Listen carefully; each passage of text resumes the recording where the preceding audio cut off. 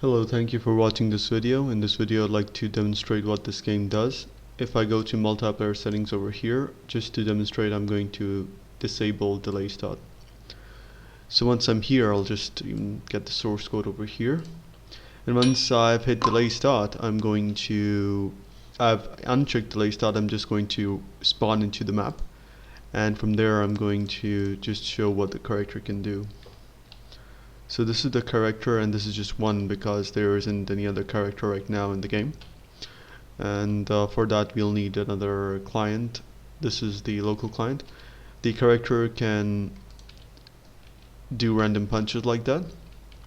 The character can kick like that. The character can do the whirlwind attack like that. And the character can also block.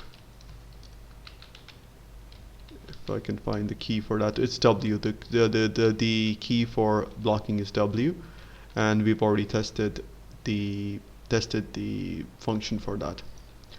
So now I'm going to spawn another player, and then we're going to see the result. I'm going to go hit delay start again. I've got another game started on another screen, so what we're going to do is we're going to hit play online over here, and I'm going to hit play online on the other client that I have, and hopefully there will be a connection. There is a connection, and you can see that the character can move.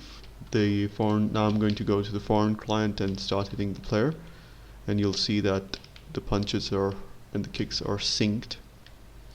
And the movement is fine. I can even do the spin attack like that, and you can see that 2 times the character got hit because of that attack.